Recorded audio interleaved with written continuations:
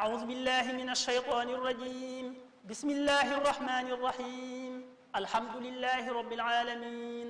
الرحمن الرحيم ملك يوم الدين إياك نعبد وإياك نستعين bismillahi rahmaani rahim alhamdulilahi wa kafa wa salaam ala ibadihi lasina stafa wa ala alihi wa sahbihi ahlil wafa noo ngi leen di nuyuwaat baax di leen ziyaara baax yéen ñi safoo di topp siiwal point net siiwal tv ci fu mën di doon rek ci biir réew mi ak bitim réew ñu ñëw ci seen naafila ak weeru koor gu mujj di naafila weeru koor yi tey di guddik fanweer gi maa 30e nuyu bi di guddi gu mujj ci weeru koor incha allahu taala ci atum mii ñu nekk di ñaan suñu borom tabaaraka taala mu defal ñu tawfiq ba ñàgg ko fekk guddik tey gi nag mu mel ne am na ak jagle am na ak spécial lu ci nekk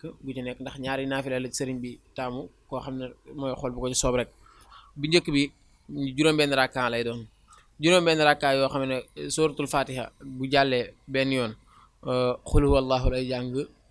fukki yoon ak benn suratul fatiha benn yoon xul huwallahu ahad suratul ixlaas ba mu jeex fukki yoon ak benn muy 11 fois ni ko noonu it bu fekkee guddik bu dee ganeen naafila gi moom ñeent rakka rek lay doon suratul fatiha benn yoon xul yaa ayyuhal kaafiruun di suratul kaafiruun ñaar fukki yoon ak juróom 25 fois suratul ixlaas yi moom it xul wallaahu ñaar fukki yoon ak juróom 25 fois ñeent rakka ginnaaw fatiha suratul kaafiruun 25 fois suratul ixlaas 25 fois di guddi yoo xam ne moom it bëri nañ ay ngëneel lool noo ngi ñaan suñu borom tabaaraka wa taala mu defal ñu tawféex bañ mën a taxawee mbooleem li nga xamee ne niñ taxawee ci guddi yi mu nangul ñu ko te jéggal ñi li nga xam ne def nañ ko ci ay rëcc-rëcc ak ay manque-manque ak ay gàttan li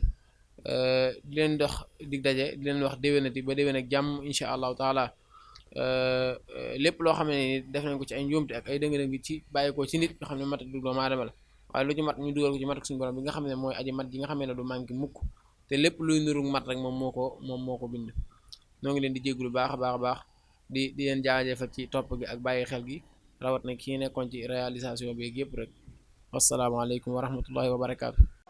أعوذ بالله من الشيطان الرجيم بسم الله الرحمن الرحيم الحمد لله رب العالمين الرحمن الرحيم ملك يوم الدين إياك نعبد وإياك نستعين